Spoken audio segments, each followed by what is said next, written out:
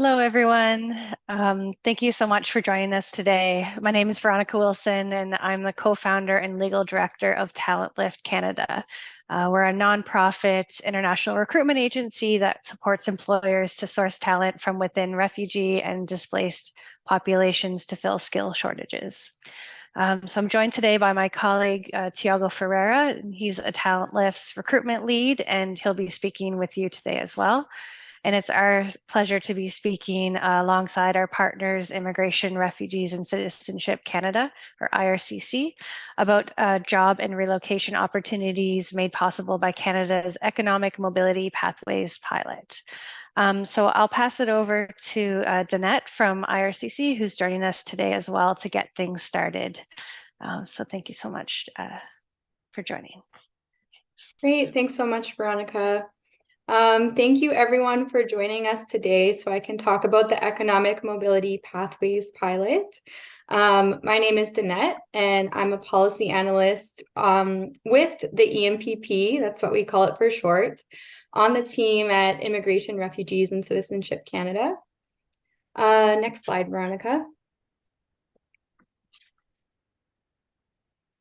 So today's presentation, we're going to cover for you what the EMPP is, what facilitation measures we can provide through this pilot, and really importantly, who is eligible for the pilot based on protection criteria and the economic criteria that you need to meet to be eligible for the pilot.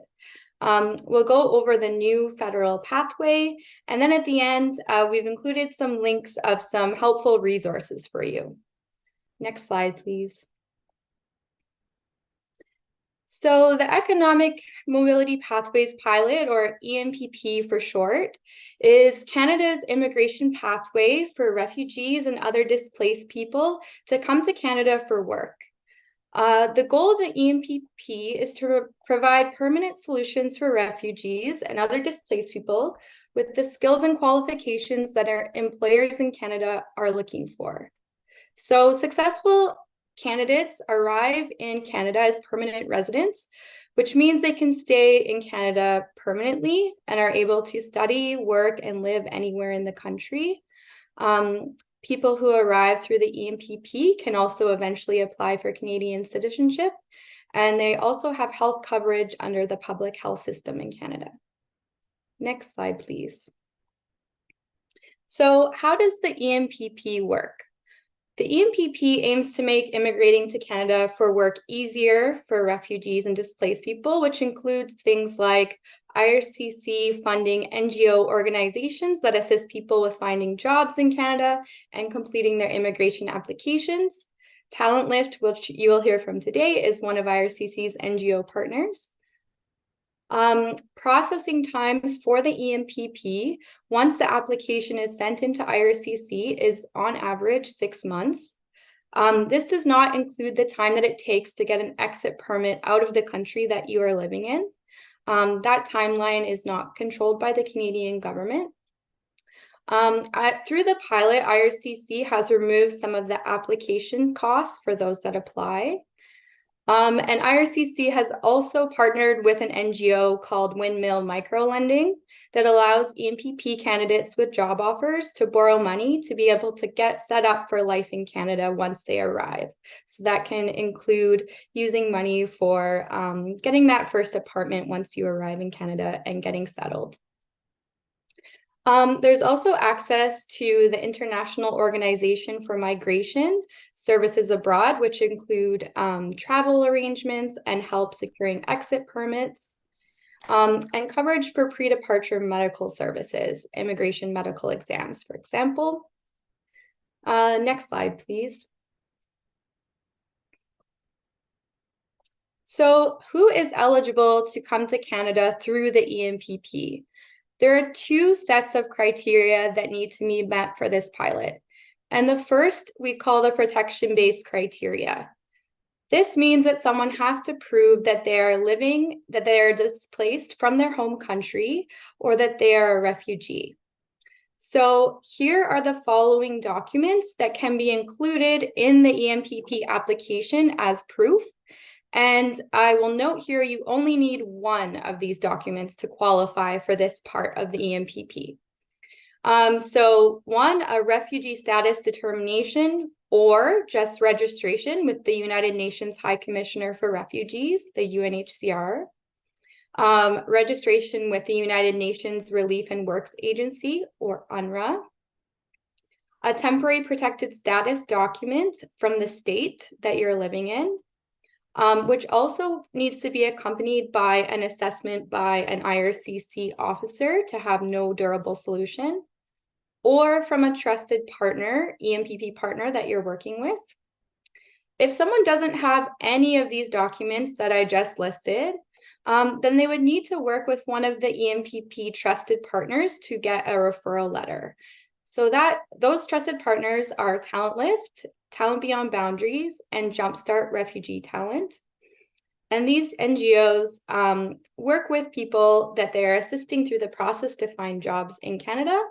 And they would do an assessment against Canada's Refugee Convention or a country of asylum definition. And for the EMPP, finally, you do need to be outside of Canada. Next slide, please. So the second set of criteria is what we call the economic criteria.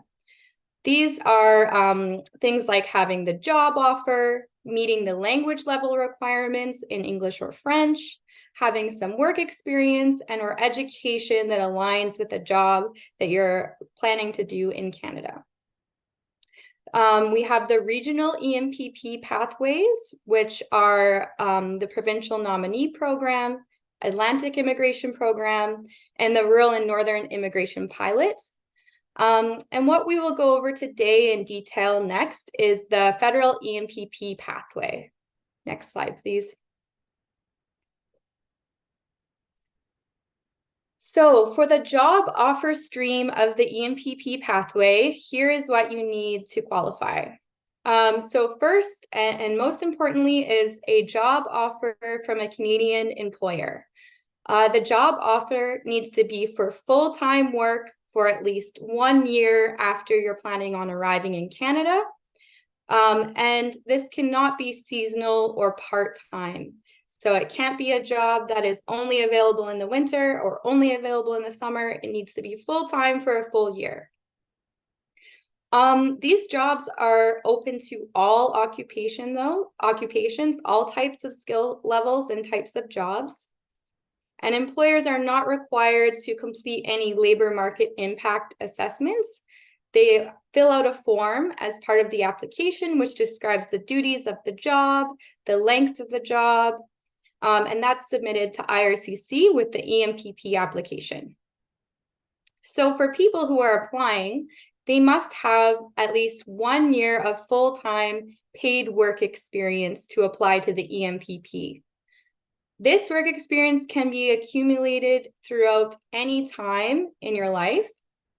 And it's okay if the work experience was not 1 year full-time at the same time.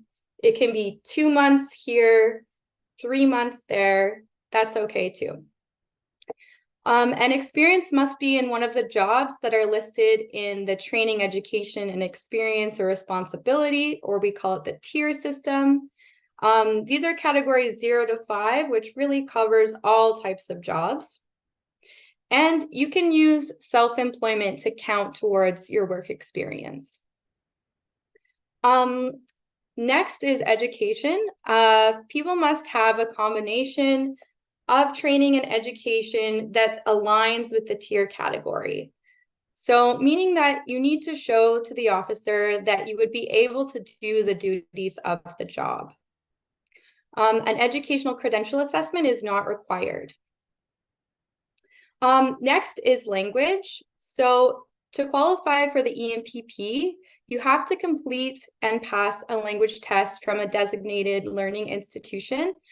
We have links at the end of this presentation to show you which language tests qualify for the purposes of your immigration application.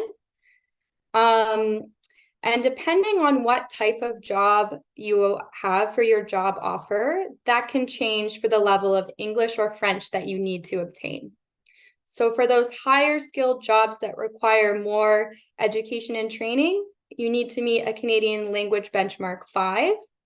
And for the lower skilled jobs that require less education and training, you need to meet a Canadian language benchmark 4. And finally, when you're applying for the job offer stream, you do not need to prove or show any settlement funds to the immigration officers. But you can access windmill microlending to borrow money to get set up once you arrive to Canada, but that money will have to be paid back. Next slide, please. The next stream under the federal pathway is the no job offer stream. So as the title suggests, you do not need a job offer to apply to this pathway. However, you must have at least 1 year of full-time paid work experience or the same in part-time work experience, but it has to be recent experience. So this has to be in the last 3 years. And this experience needs to be in one of the higher tier categories of the training, education, and experience responsibility tier categories. For this program, self-employment does not count as work experience for the no job offer stream. For the education requirement, you must hold the equivalent of a Canadian secondary school credential or a foreign diploma certificate, and this needs to be accompanied with an educational credential assessment that cannot be older than 5 years. The language requirements for this stream are higher than the job offer stream, and you must meet the Canadian language benchmark of 7 or the equivalent in the French test. Different from the job offer stream, this stream does require that someone has settlement funds because they're arriving in Canada without a job. So the requirement for settlement funds is 50% of the low income cutoff. This is roughly equivalent of about $14,000 for a single person arriving in Canada. This money can be needs to be debt-free, but it can be gifts or donations from friends, other community members, and your entire household income can be used as proof. So the job offer stream is going to be cut off at 150 complete applications each year. Next slide, please. So we've included at the end here some links to websites that might be helpful for you to learn more about the EMPP or things to think about as you apply. We have a link to the Canada Job Bank with the page with employers who are open to hiring people that are outside of Canada. And we also have some resume building tools, links to our NGO partners, talent catalogs where you can register. And next slide. We also have some information on the next slide on the language requirements, the testing, institutions, and some practice IELTS tests for you to look at. Thanks so much, everyone, for attending and listening to the presentation today. I'll pass it on to you, Veronica. Thank you so much, Jeanette. That was really great. I will be sharing these slides after, so everyone will have access to these links. Great, so now I'm just going to share my screen and talk a little bit more about the EMPP as well as the services that are available to you through TalentLift.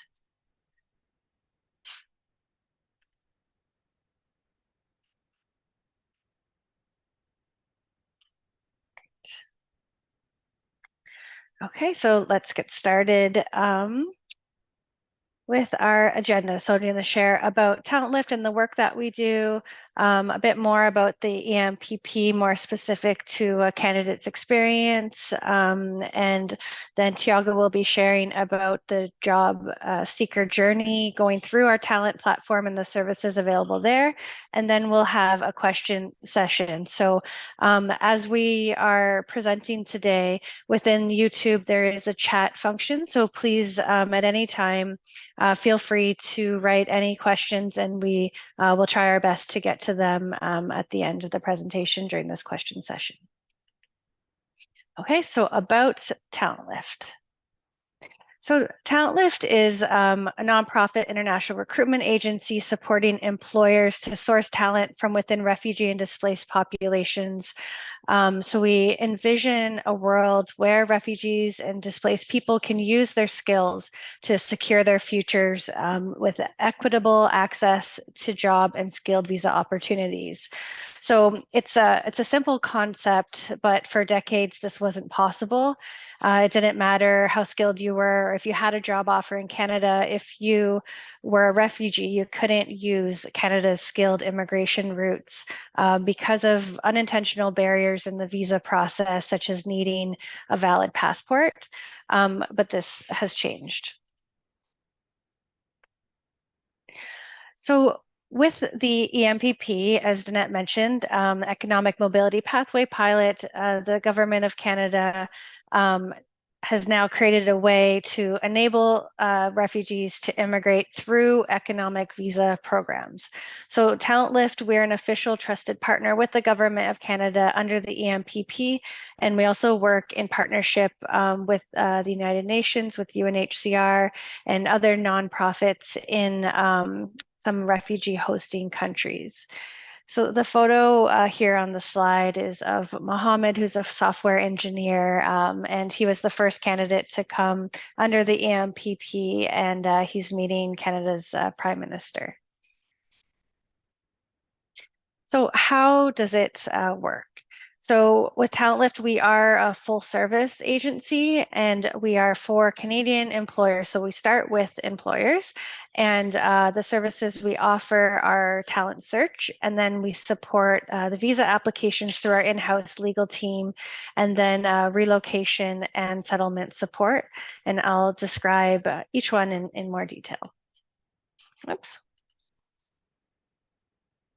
Yeah, so with our talent search, so first we get a job description from an employer, and then we start job matching qualified candidates by searching our database and also reaching out to our partners. Some of our partners that we have in Latin America and Caribbean are HIAS. We work with UNHCR and Unión Venezolana, or UVP, for referrals.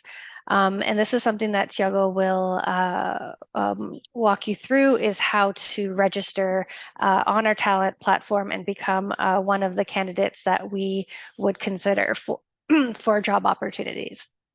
And then through this, we would create a short list and work with candidates to develop their CVs. And put together this short list. We perform eligibility checks, and then we send that to the employer. So the employer looks at the CVs and chooses who they want to interview. And then TalentLift will support practice interviews and preparing for that. And if successful, you get offered a job. And then it comes over to the next stage of the process, which is working with the visa team. So here's a picture. It's a little blurry, but this is Mohammed again, who recently got his Canadian citizenship, which was exciting. So that's a picture of him with his virtual ceremony. So through the visa process, so we work with you and the employer, and we submit the applications on your behalf. So we'll collect the documents, collect the information, and then once the application is submitted, it gets transferred to a visa office abroad, and some of the steps are biometrics, medical exam. Sometimes there is an interview, and then there's a security clearance, and then the visa is issued, as well as the exit permit. So we're with you every step of the way, going through that process and being a liaison between the immigration officer processing the application and with you and with your employer. And as Danette mentioned, all of the candidates that come through the EMPP, they do land as permanent residents with a pathway to citizenship, and I'll explain more about that. So the final stage of the application is relocation and settlement. So we have a settlement team, and we start that process once a visa application has been submitted.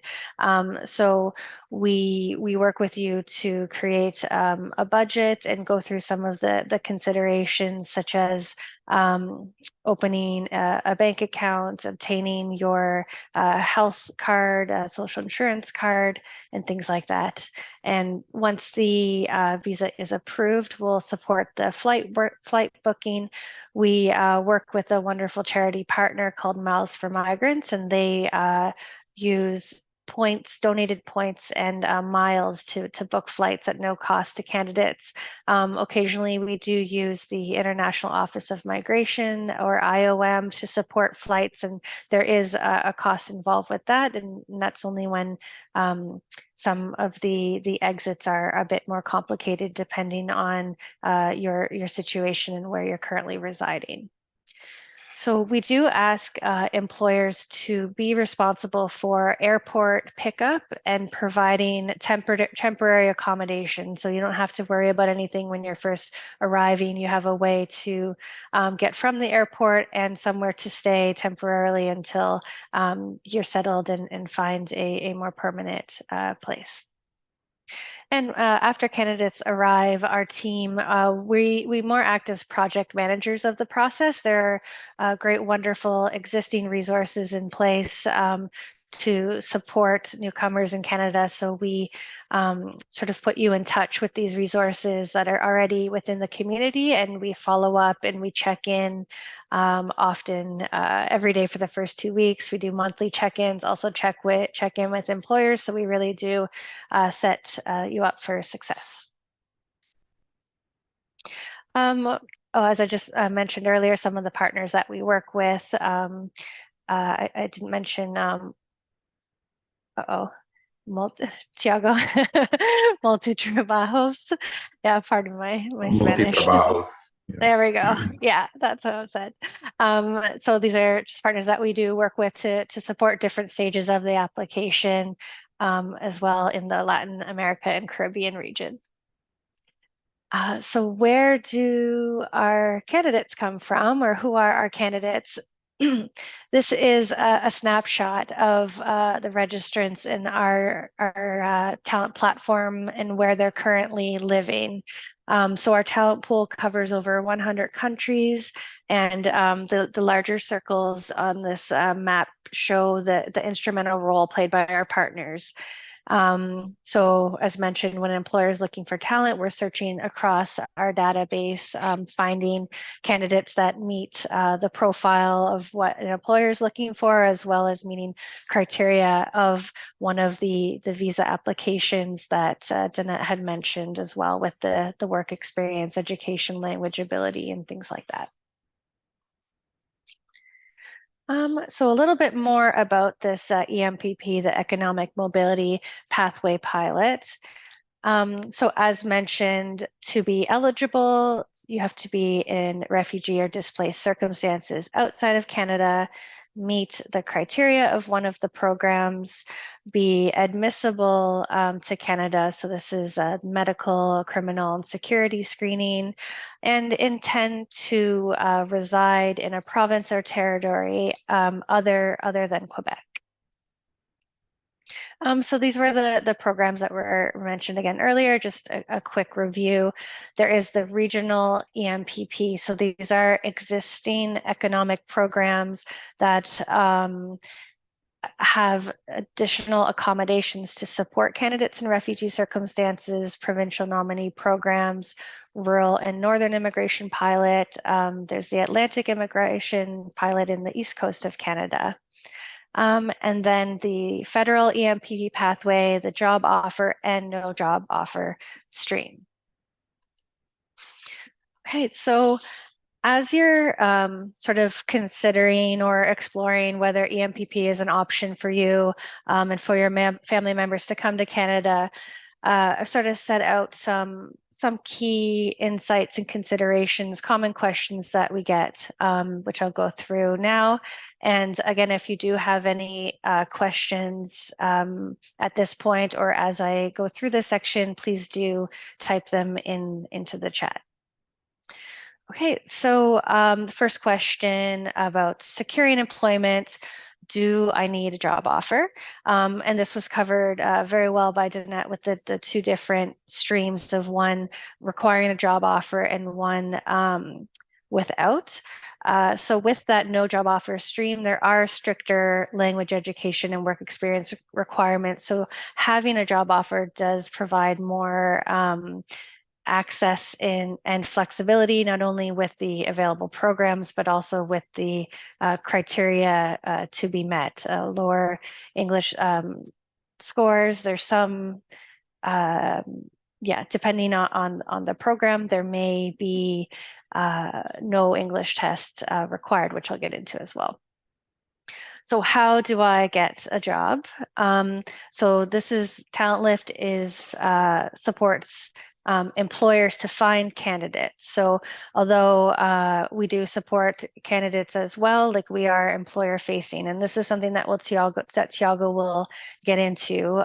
So we may select you from our database or through one of our partners if you have the skills required, but you're also able to you don't need you don't need TalentLift or one of our partners to find the job. If you do have a job on your own, or perhaps you have a family member in Canada who can help find a job, feel free to approach us and we can support you that way as well. And Tiago will mention how if you're actively looking for your job on your own, we can support with that too in just a moment. So with the documents collected, so this is a common question that we get, candidates that may have had to flee their homes, may not have been able to bring documents, can't renew passports, might not have we've had candidates that haven't had any identification at all. So this is what the EMPP was created for. It's providing this flexibility to document and basically bureaucratic barriers that have nothing to do with skills and abilities. So if you do have a valid passport, that works. If you have an expired passport, if you don't have anything, like we would work with you and with our partners, some candidates work with the UNHCR and get an identification document that way. So there are accommodations. And when it comes to having your visa issued, the visa office will provide something called a single journey travel document, and that can be used in the place of a passport as a travel document to facilitate your entry to Canada. So things like birth certificates, marriage certificates, divorce certificates, if these are not available, then we work with you to provide a letter of explanation of how this is not possible because of your particular circumstances. And then we see what alternative documents, if any, can be provided instead. So documents to prove your work experience. As Danette mentioned, there's 1 year of work experience paid full-time that's required for the job offer stream, and then 1 year in the last 3 years for the no job offer stream. And the regional EMPP program, there's also proof of work experience. And this can be somewhat tricky for refugees because they may not be able to obtain official letters for many reasons. It might be facing a risk trying to obtain one, or possibly currently working without legal authorization.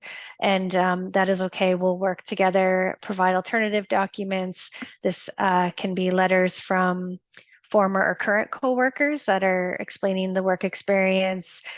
Sometimes we look at text messages, emails, photos of your work, and sometimes it's just a detailed letter of explanation from a candidate themselves, setting out the work that they've done and the duties.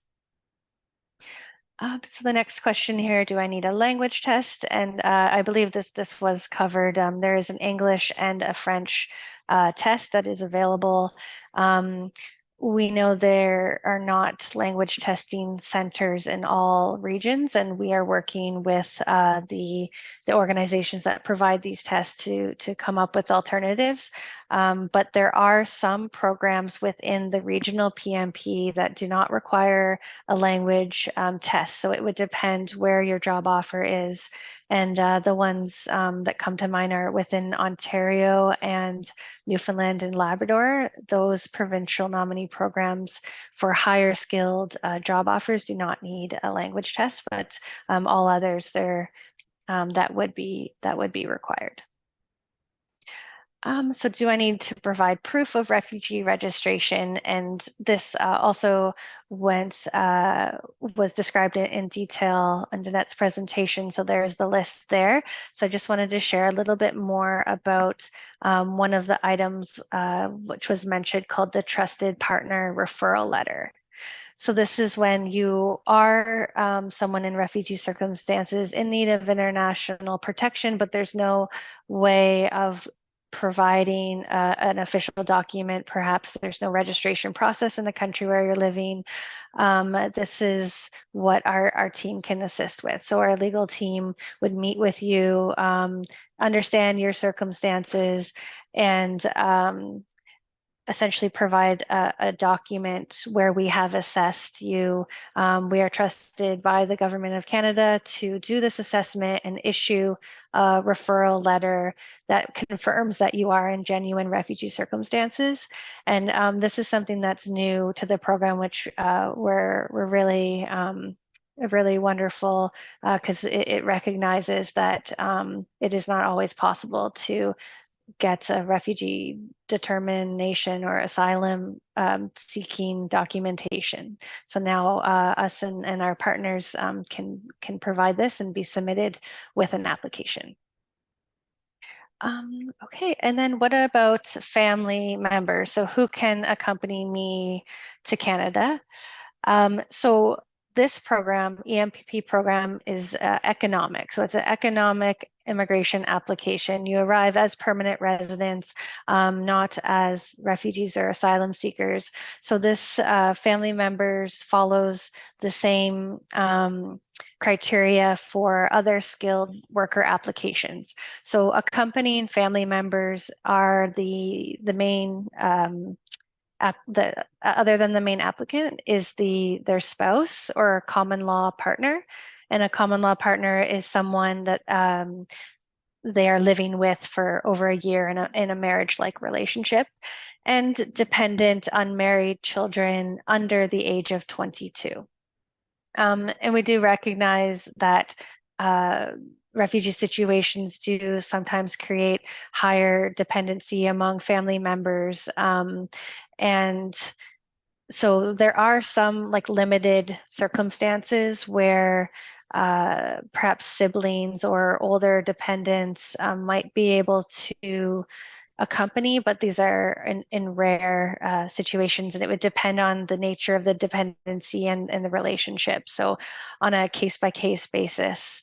But one example is we had a candidate that was living displaced with her 14-year-old niece, and typically the niece would not be included. It would be only if it was her child, but they had been living together since the child was young, and they had no other family, and this was something called like a de facto family member. So there were strong like humanitarian considerations that we could explain to include this niece, and that was successful. So, okay. Next slide, the timeline, how long does the process take?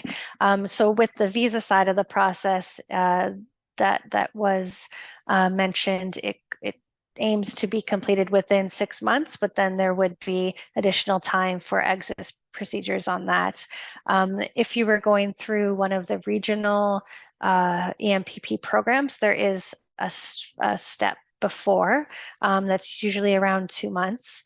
The recruitment process also, it's difficult to provide a timeline on how long it takes for an employer to interview you, wait for a job offer. So that varies as well. So it's just something to consider as you're going through with the timeline. And the next part on costs. So what are the costs involved? So TalentLift does not charge candidates any fee for services. So candidates not pay for TalentLift services. So it's important to note that if anyone does ask you for money on behalf of TalentLift or one of our partners, please alert us immediately that that may be some evidence of a scam. So as Danette mentioned, there are fees that are waived, such as a government processing fee, medical exam fees. So there are some small fees, but we try to have that covered by the employer. This includes like translation of documents, maybe exit fees, taking the IELTS test. So we don't charge candidates, and we ask employers to provide some funds to support some of these services, or we provide those costs ourselves. For how much money do I need? So these visa programs do not require settlement funds. There is the no job or the no job offer fee where there is settlement funds. So as was mentioned, there is a loan partner called Windmill Microlending.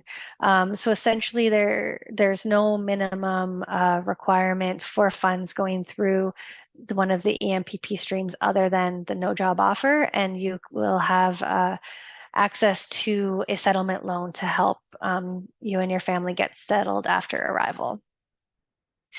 And after arrival, so this is a common question of what happens if my employment ends. So there is no requirement for a candidate to work with the employer who supported their visa for a minimum number of years. You do arrive as a permanent resident. However, we do ask candidates to make a long-term commitment to honor the investment made by the employer, by TalentLift, and our partners. And this has been our experience that candidates have been very committed to employers. They're coming because their skills are highly in demand and the employer is providing the opportunity. But if for some unforeseen reason, either a candidate loses their job, they resign, or the employer ends the relationship, their status in Canada remains secure. They do arrive as permanent residents. So as permanent residents, you're able to work for any other employer in Canada, and there are some services, social services, to support you while you are finding other employment. And Canada TalentLift is also available to support you in any way that we can. And finally, how to become a Canadian citizen. So after arrival as a permanent resident, you need to be physically present, residing in Canada for 3 years. So it's 3 out of 5 years. And after that, you can apply if you have passed a citizenship test and you have to prove your language skills, your taxes are up to date, you would submit an application for citizenship, and that takes about 1 year. So typically, if you do not travel after you arrive in Canada as a permanent resident, about 4 years later, you would have a Canadian passport.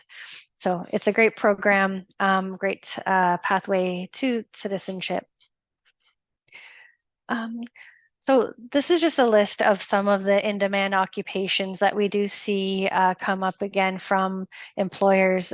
So we do work with employers across all sectors and skill levels, but I just listed some here that are in high demand, such as IT professionals, healthcare, engineers, skilled workers in the manufacturing sector, skilled tradespeople, construction trades, hospitality, and administrative assistants and office support staff.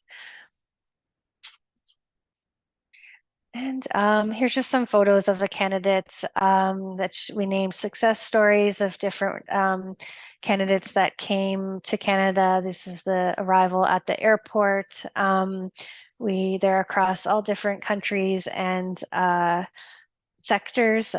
We have Josh, who's a software engineer, Aman, who does, he's a solar, so he does solar power installation. Nasser's also in IT, and Mushkan is an academic working for a university in Canada. Okay, so that concludes my section. Thank you so much for listening, and I'll pass it over to Tiago, who'll share more about the job seeker journey. Thank you, Veronica.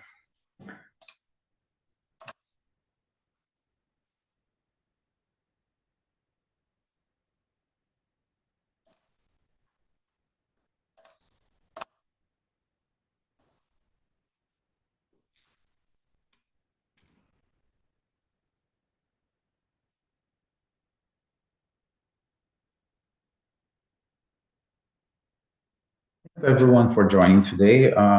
Today I'm going to be talking to you about the job seeker journey and the best way of registering in our platform and how to become a candidate with TalentLift. Before I get into the details of your platform registration, I just wanted to start with a few reminders and disclaimers about our recruitment process.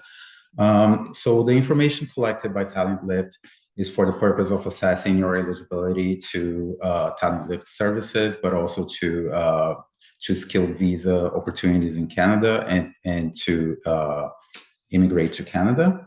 Recruitment through TalentLift is entirely employer-led, meaning that if a job opportunity matches your skills, TalentLift will contact you to collect further information and to develop your CV. If we have not received any opportunities that match from employers that match your qualifications, we will not be contacting you. The information that you share with us is confidential, and in order to be eligible for TalentLift services, you must be living in refugee circumstances or refugee-like circumstances. You must be living outside of your country of birth or citizenship, and you must be in need of international protection. With that being said, the best way of becoming a candidate with TalentLift is by registering your profile. Here's the link to the platform, and I'll walk you through the step-by-step of registering. So upon reaching our platform website, you'll find a registration page where you can enter your email and sign in. It's pretty similar to other job-seeking software and job-seeking platforms where you will be creating a login with your email and entering your information. Once you start setting up your profile, you will see that it will ask you to enter some demographic information, such as your name, your gender, your phone number in case we would like to reach you.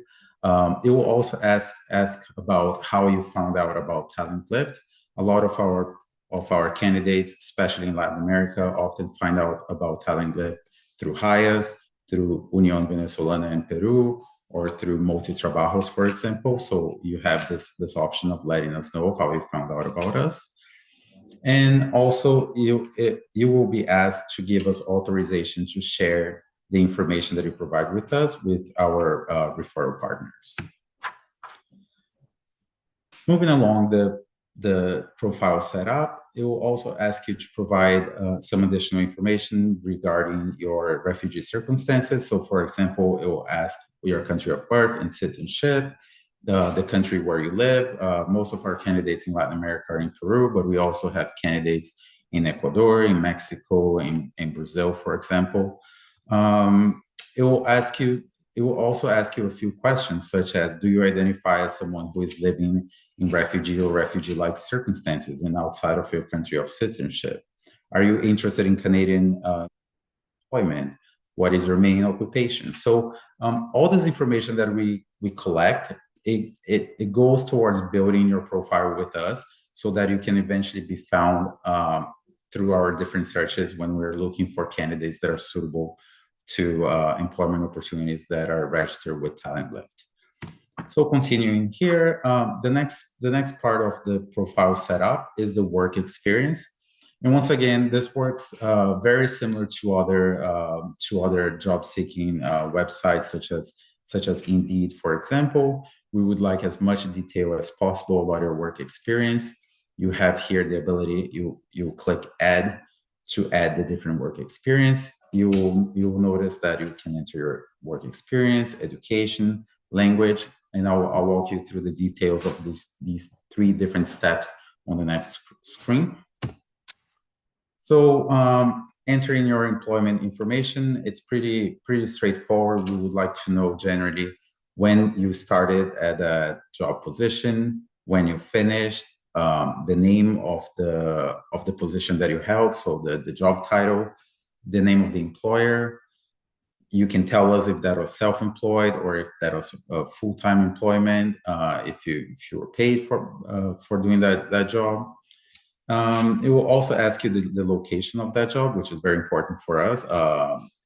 In this case, you can enter Peru, you can enter the city name, and once you fill it out, it's going to look a little bit like this. So for example, in this example that I used here, the candidate was a baker. He or she started in 2018. It's ongoing because they're still working at that position. As you can see here, the job title is baker, the employer La Serenísima Panadería in Peru, in Lima, and here you can also describe your responsibilities in that job, which will eventually be used towards your CV builder that will come up towards the end of your profile setup. Same thing for the education portion of your profile. We would like to know your highest level of education, the name of the school, the country where you study, the type of study that you did. And once you fill out that information, it's going to look like something like this. So for example, in the test example that I used here, the candidate went to school at Centro Académico Profesional. He took this course between 2010 until 2015. So we know it was a 5-year course at the Centro Académico Profesional. It asks you to enter the country of this course, which here in this example is Venezuela.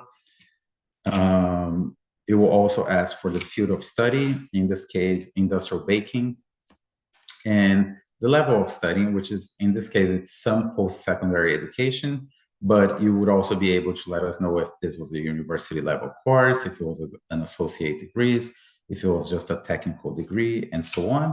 And also it asks for the location of that educational credential, which is often helps us validating your information and making sure that it fits the requirements of the position that we would like to shortlist you for.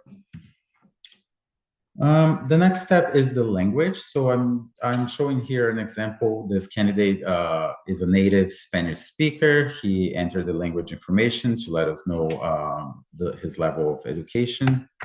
And this is what it would look like once you enter all 3 different language portions on your profile. You can let us know that you're a native speaker of Spanish, that you have advanced English, and you have beginner Portuguese, for example. And once you have entered all the information, your profile is going to start looking a lot more complete. It's going to start looking a little bit like this. So you are going to have the work experience, the education, the language will be all filled out. And next. And then finally, you have an opportunity to tell us a little bit about your story. So you can use this space to tell us about anything we haven't asked about, and you can come back to add, modify, or delete your response at any time. So for example, this candidate, he just wanted to give us a little bit of background on his on his refugee journey, on his story before he saved his profile. So for example, on this test example, I put here, soy un inmigrante venezolano viviendo en Perú. Llegué aquí en 2015 y desde entonces yo he trabajado como panadero, chofer, cocinero. Estoy buscando oportunidades de trabajo en Canadá. So this is just an example of the kind of information that you can also let us know through your profile. And then you would click complete profile and you will get a pretty notification letting you know that your profile is now complete. And then you click continue to home, and now your home is set up. This is what your profile will look like within our database, within our platform. You will have work experience here. You'll notice that the more details you add us to let us know about you, the better it will be for the greater your chances to be matched with a position.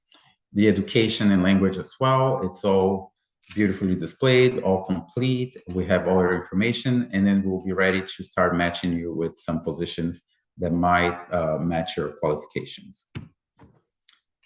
Another portion of our platform is our CV builder. You'll notice the different buttons on the top of your profile, and one of them is the CV builder, the CV editor.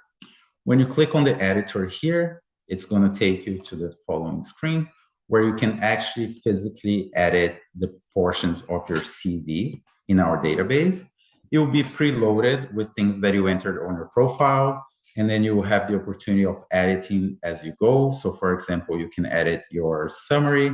The summary for us is a highlight of qualifications, a highlight of your objectives, a highlight of the type of professional that you are and the type of position that you're looking for example. Also your contact information, your name, and so on. And then you can continue to edit your CV. So for example, even though you already entered some of this information on your profile, you can just refine it, you can reword it, you can fix any typos that you may have by clicking here. If by any chance, when you get to the CV portion of our platform, you realize that unfortunately you forgot to add a professional experience, or you forgot to add some detail about the different responsibilities that you had, you can always add more here. You'll click add more. A new entry will show up, and you're able to give us more information. Again, continuing on the CV editor portion of our platform, you'll be able to tell us more about the different certificates that you have, the volunteer opportunities that you were able to fulfill. So for example, in this portion, you can list any personal certificates, projects, volunteerism outside of the above work experience and education that employers should know about. So for example, if you completed a specific technical course, a LinkedIn course that is related to your professional abilities, we would like to see this information here. We would like to see as much information as possible about them. For example, we would like to know that you completed, this PSV systems design and installation practices. We would like to know where you completed it. Was it in Venezuela? Was it in Peru? Was it online? There is also a portion of our CV editor for the personal skills. In the personal skills, we would like to be able to list things like soft skills that you have that you are able to offer employers in Canada.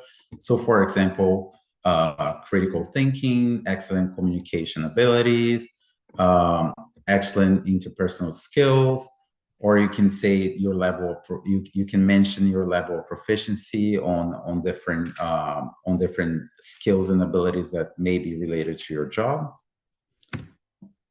And then once you have completed this, you're either able to export to Google Docs so that you have your own copy, or in case you already had a separate CV, so you enter all the information on your,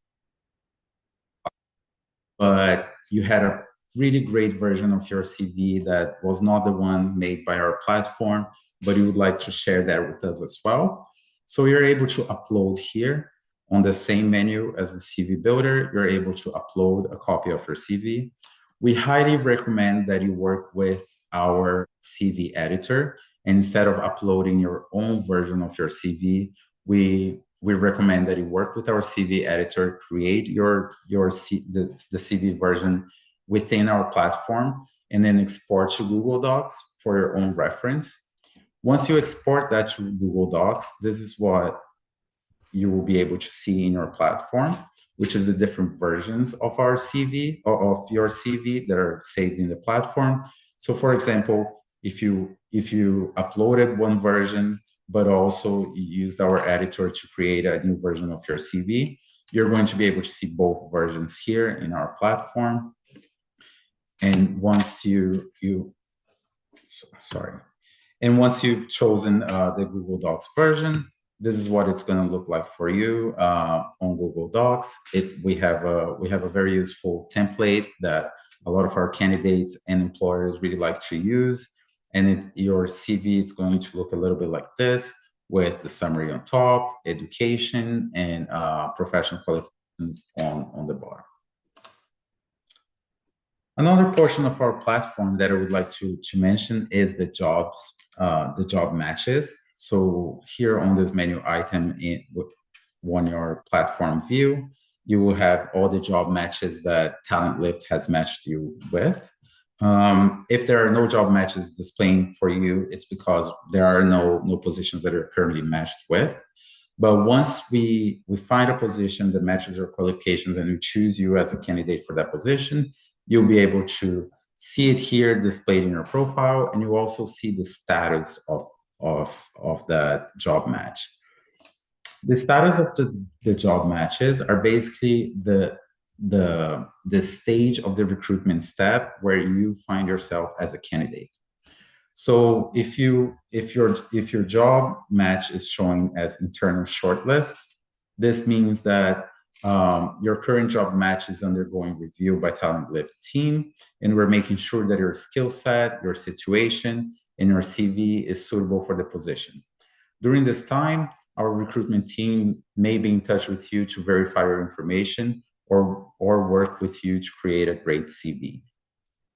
If your job match status is in shortlist, this means that your application is currently before an employer. So we have worked on your CV, we have sent it to the employer, and they're currently looking over your CV and deciding if they would like to proceed with your candidacy, if they would like to schedule an interview, and move forward with the next steps on your recruitment process.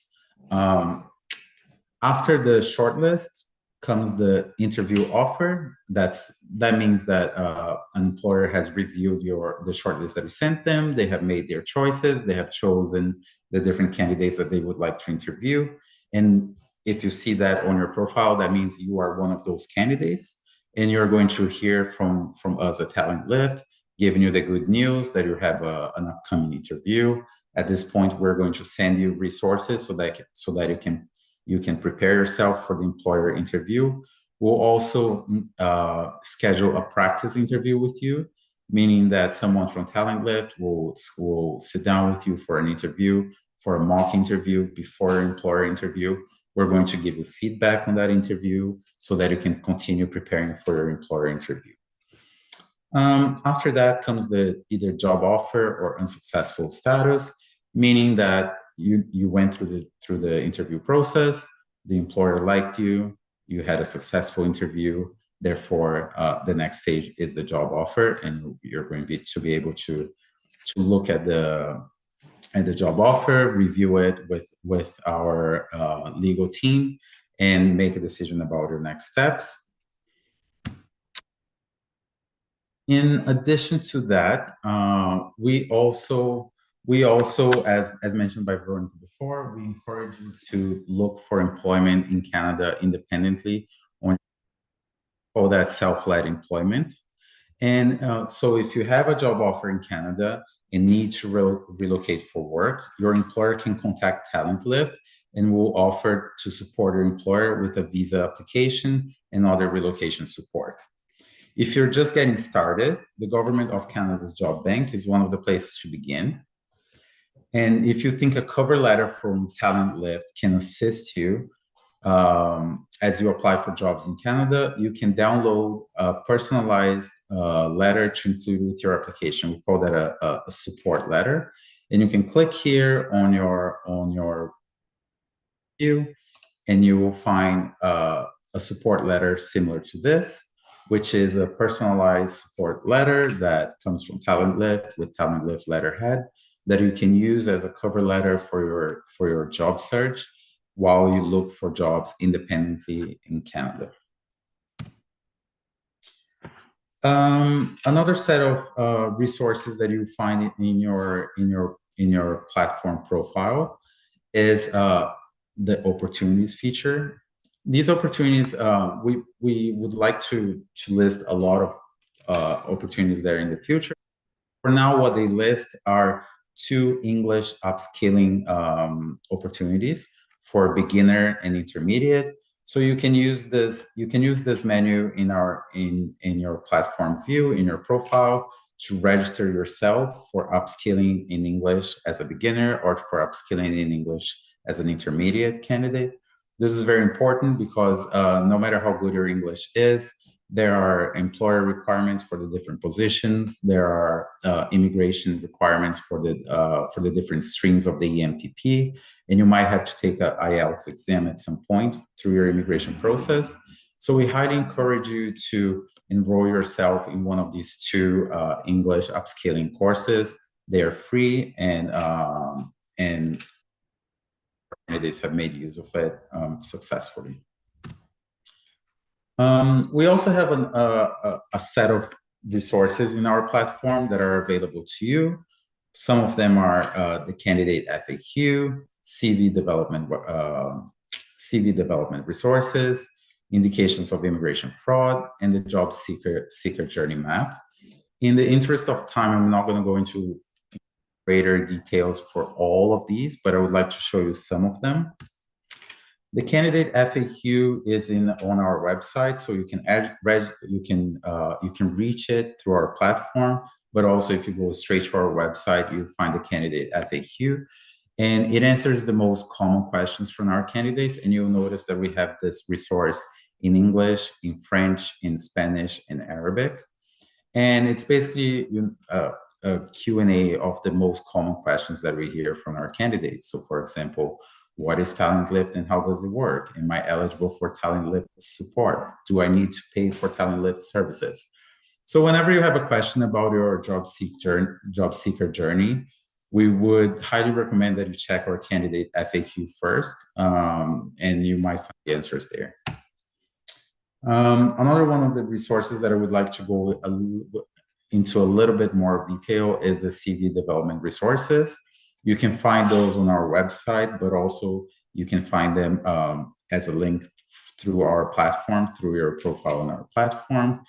It links to these handy CV development resources that we have on our website.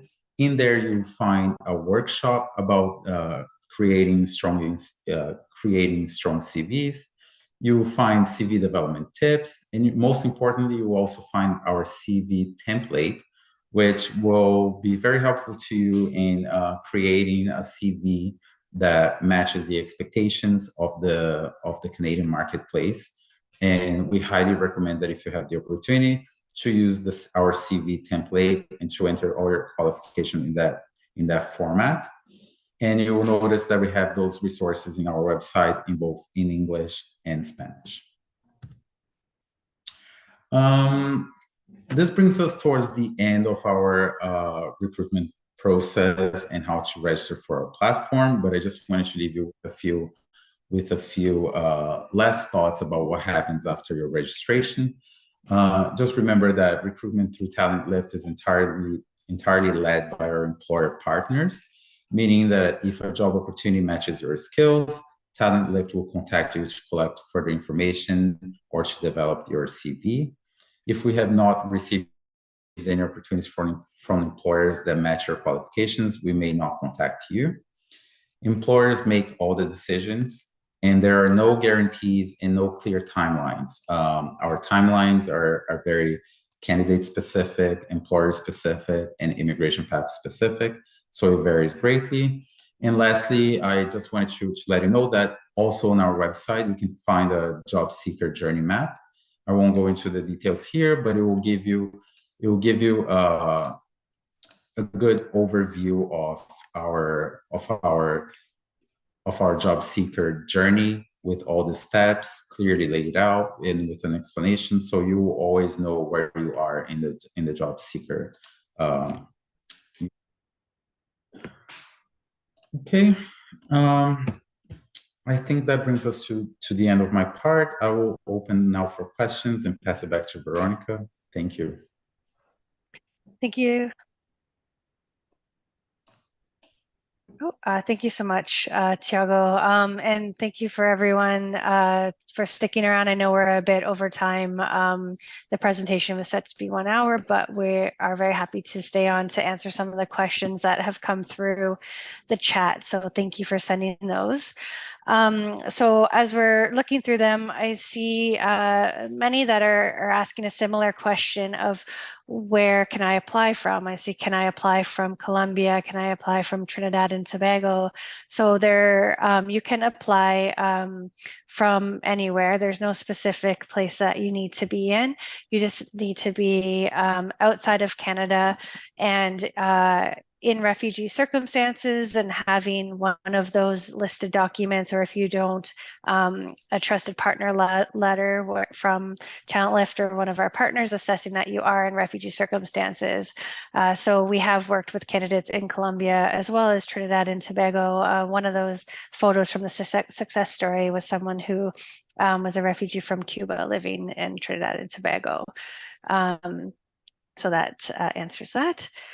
Sorry, Veronica. Before we move on from this question, I just wanted to clarify that you must be living outside of your country of origin. So, for example, you cannot be a Colombian applying from Colombia, or a Venezuelan applying from Venezuela, or a Peruvian applying from Peru. You would have to be living in displacement, meaning a Venezuelan living in Colombia, a Venezuelan living in Peru, or a Colombian living in Peru, for example. Yes, that's right. So like in displaced circumstances in need of international protection. So the next question, perhaps Darnett can assist. So what about Venezuelans?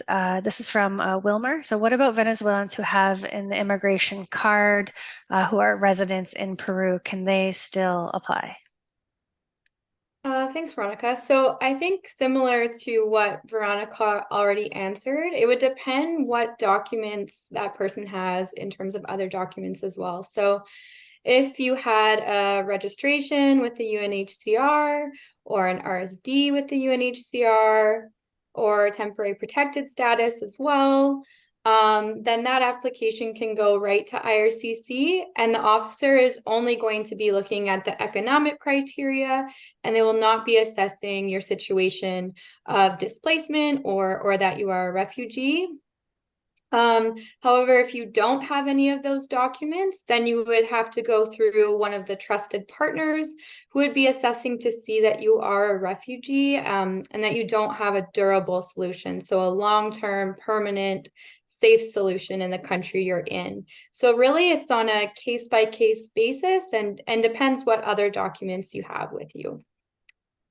Perfect. And this next question from Shazia is somewhat similar. So Darnett, maybe you can, or Danette, sorry, can jump in. So someone living in the US without any visa status, and they have an issue in their home country, and they were not even born in their native country, can they be eligible under the EMPP as displaced talent?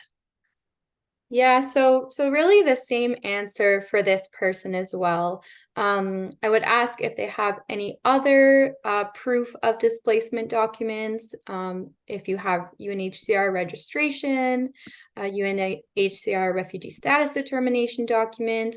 Again, you'd be able to apply directly to IRCC, and the officer will not be assessing whether you're a refugee or whether you're displaced. They will look at the economic criteria.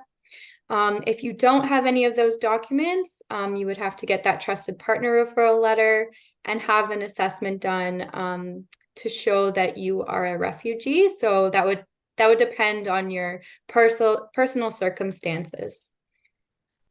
Thank you so much.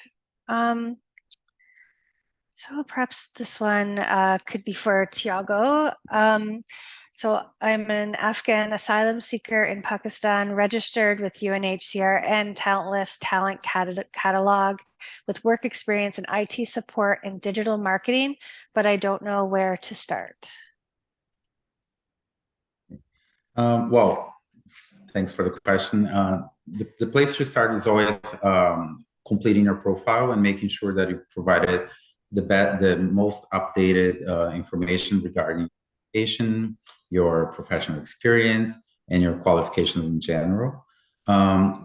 It would also be a great idea to have an updated version of your CV with your profile.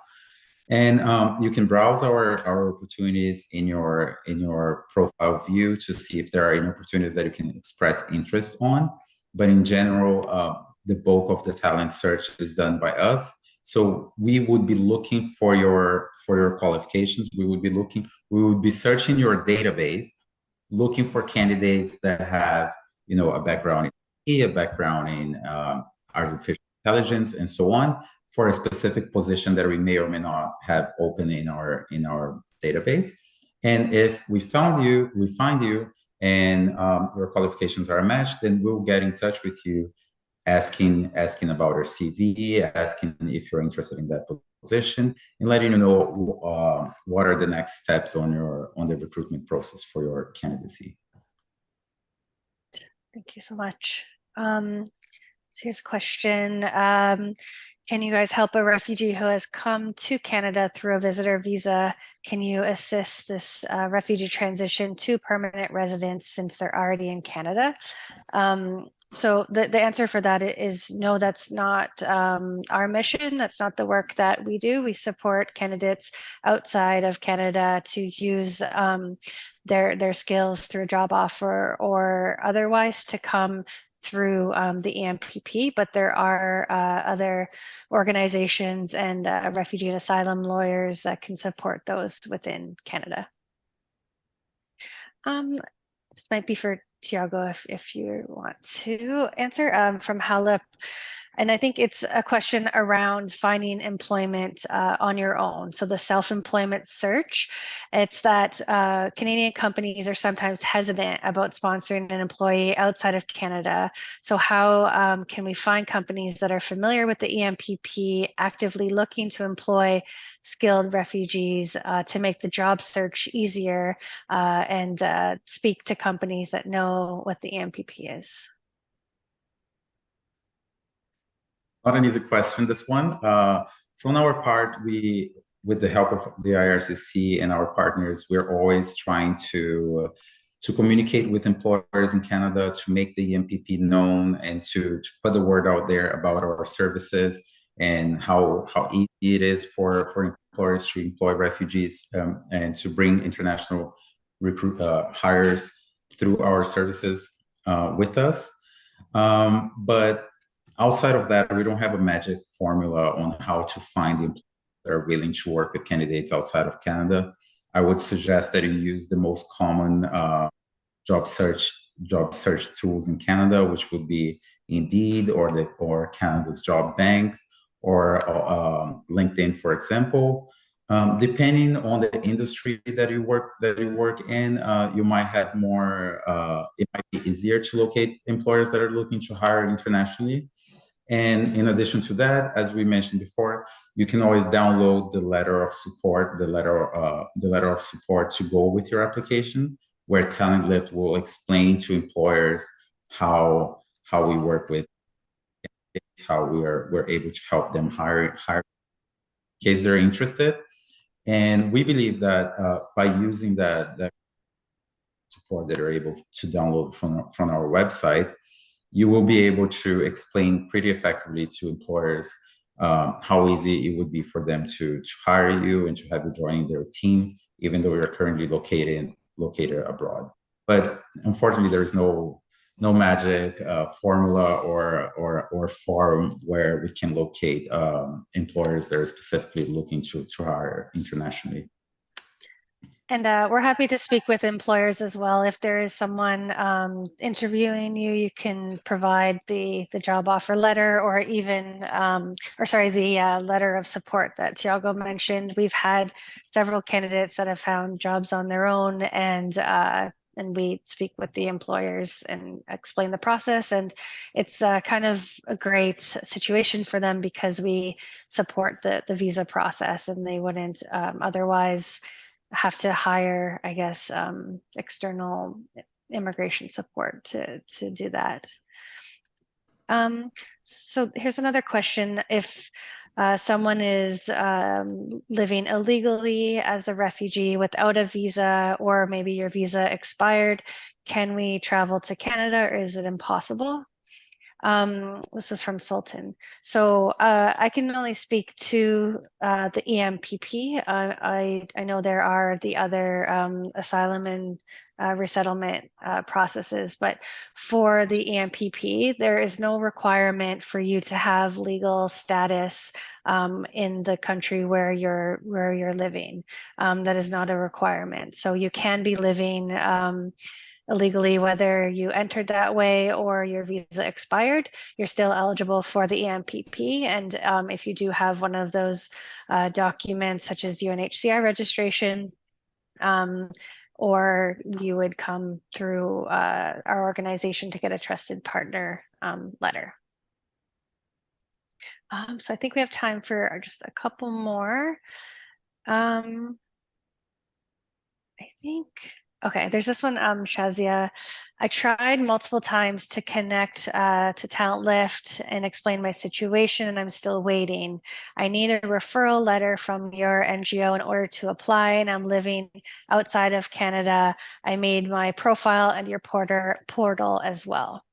Yeah, so this is something very common that we want to explain to all candidates, is that we are an employer-led organization.